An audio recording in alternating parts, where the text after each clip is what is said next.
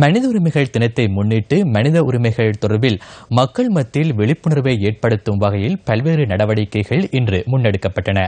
அந்த வகையில் மனித உரிமைகளுக்கு மதிப்பளிக்குமாறு அரசாங்கத்தை வலியுறுத்தும் ஆர்ப்பாட்ட பேரணி ஒன்று வவுனியாவில் ஏற்பாடு செய்யப்பட்டிருந்தது. காணாமல் போனோரை கண்டறியும் குழுவினால் இந்த ஆர்ப்பாட்ட பேரணி ஏற்பாடு செய்யப்பட்டிருந்தது. இந்த பேரணியில் கலந்து கொண்டவர்கள் தமிழ் மக்களின் இனப்பிரச்சினைக்கு சர்வஜன வாக்கெடுப்பு நடத்தப்பட வேண்டும், காணாமல் போனோர் தொடர்பில் உரிய தீர்வு, தமிழ் கைதிகள் விடுதலை, காணிகளை விடுவித்தல் உள்ளிட்ட பல்வேறு விடயங்களை வலியுறுத்தி கோஷம் எழுப்பினர். காணாமல் போறவருக்கு சரியான தீர்வு வேண்டும், தடுப்பில் உள்ளோருக்கும் சரியான தீர்வு வேண்டும். இதை கொண்டு வந்தால்தான் இந்த அரசின் மீது நல்லெண்ண அரசாக பார்க்கலாம். இந்த அரசு ஒரு ஐக்கியத்தை கொண்டு வரும் என்று பார்க்கலாம். இதை கொண்டு வராத எந்த அரசிலும் தமிழ் மக்கள் ஒரு சரியான பார்வையை பார்க்க மாட்டார்கள். நல்லாட்சியை நடத்துவோம், தேசிய இனங்களை சமத்துவமாக நடத்துவோம், இந்த நாட்டில் இனப்பிரச்சனையை தீர்ப்போம் என்ற வாக்குறுதிகளை கொடுத்துத்தான் இந்த அரசாங்கம் பதவிக்கு வந்தது.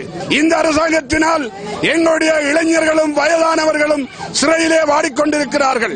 கொடுத்த வாக்குறுதியை காப்பாற்ற முடியாத இந்த அரசாங்கம் அரசியல் கைதிகளை விடுவிப்பதற்கு மேலும் மேலும் நிபந்தனைகளை விதிப்பதுடன் இழுத்தடித்து வருகின்ற இந்த சூழலிலேதான் நல்லாட்சி அரசாங்கம் என்று சொல்லக்கூடிய மைத்திரி ரணில் அரசாங்கம் அந்த அரசியல் கைதிகளை விடுதலை செய்வதிலே இன்னும் தாமதமாகத்தான் இருக்கிறார்கள். எங்களுக்கு இந்த குழுக்கள் ஒன்றும் தேவையில்லை. நீங்கள் எங்க இருந்தாலும் எங்களை தேடி எங்களோட பிள்ளைகளை நீங்க விடுதலை செய்யணும். காணாமல் நாங்கள் இன்றைக்கு அவர் எங்க எங்கெல்லாம் தேடி அலைஞ்சு 10 வருஷமாகுது. இனியும் உங்களால தேடி அலையலாது. இந்த ஆர்ப்பாட்ட பேரணியில் நவசமாஜ கட்சி, அரசியல் கைதிகளின் விடுதலைக்கான அமைப்பு, புதிய மார்க்சிஸ்ட் லெனின் கட்சி, தமிழ் தேசிய கூட்டமைப்பு, தமிழ் தேசிய மக்கள் முன்னணி ஆகியவற்றின் உறுப்பினர்கள் பங்கேற்றிருந்தனர். வவுனியா பஸ் நிலையம் முன்பாக ஆரம்பிக்கப்பட்ட இந்த ஆர்ப்பாட்ட பேரணி வைரவ புளியங்குளம் வரை சென்றது. பேரணியை தொடர்ந்து மனித உரிமைகளை வலியுறுத்தும் மாநாடு ஒன்றும் நடைபெற்றது. இந்த சிறையில் இருக்கக்கூடிய 275 அரசியல் கைதிகள் 12,000 விடுதலை புலி உறுப்பினர்கள் விடுவிக்கப்பட்டதாக சொல்லப்படுகின்றது. அந்த விவரம் இதுவரை நீங்கள் 6வது பார்த்தீர்களோ எனக்கு தெரியாது. அது 12,000-ஆ 10,000-ஆ 9,000-ஆ யாருக்கு தெரியும்? ஆனால் அரசாங்கம் சொல்கிறது 12,000 பேரை நாங்கள் விடுவித்திருக்கிறோம். இயல்பானால் அந்த 12,000 பேர் பட்டியலையும் அரசாங்கம் வெளியிட வேண்டும். நிச்சயமாக அரசாங்கத்தால் வெளியிட முடியுமா என்பது ஒரு கேள்வி.